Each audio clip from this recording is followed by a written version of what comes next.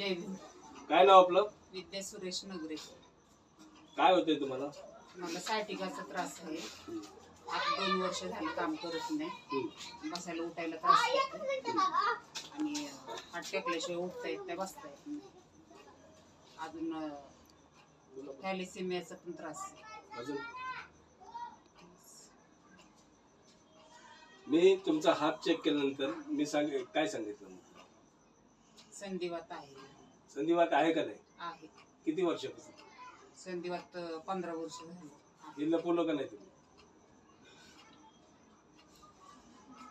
तर हे कधीही कोणी विचारताना सांगायचं असतं.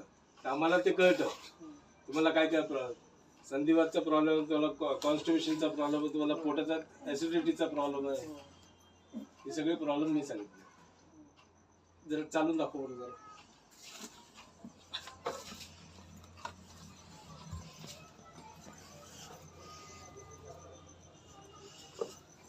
बसून दाखवायचं. बाथरूमला बसत तसंच रेग्युलर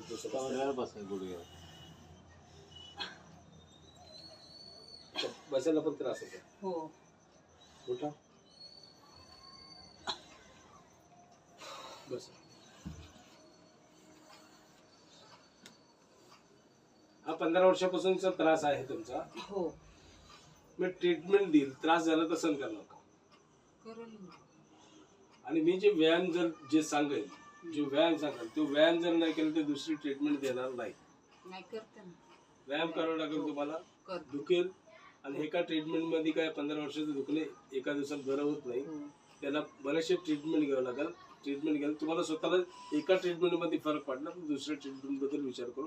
त्यात दुसरी ट्रीटमेंट द्यायची गरज नाही. नाही घेईल ना पूर्ण जास्त ट्रीटमेंट करून बघू. पण हे जे असं कधीही कोणाला लपवायचं नाही की मला हे आहे. तर 15 वर्षात संधिवात लपवणं म्हणजे छोटी गोष्ट नाहीये.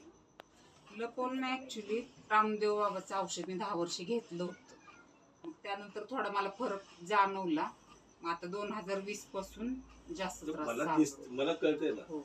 मला कळतंय. त्याच म्हणजे पटकन नाही का सांगण्यात येत नाही. ते ठीक आहे, काय हरकत नाही. आपण एक ट्रीटमेंट करू. एक ट्रीटमेंट करून बघू. ट्रीटमेंट मध्ये फरक पडला तर आपण दुसरा ट्रीटमेंट विषय बोलू. ठीक आहे. धन्यवाद.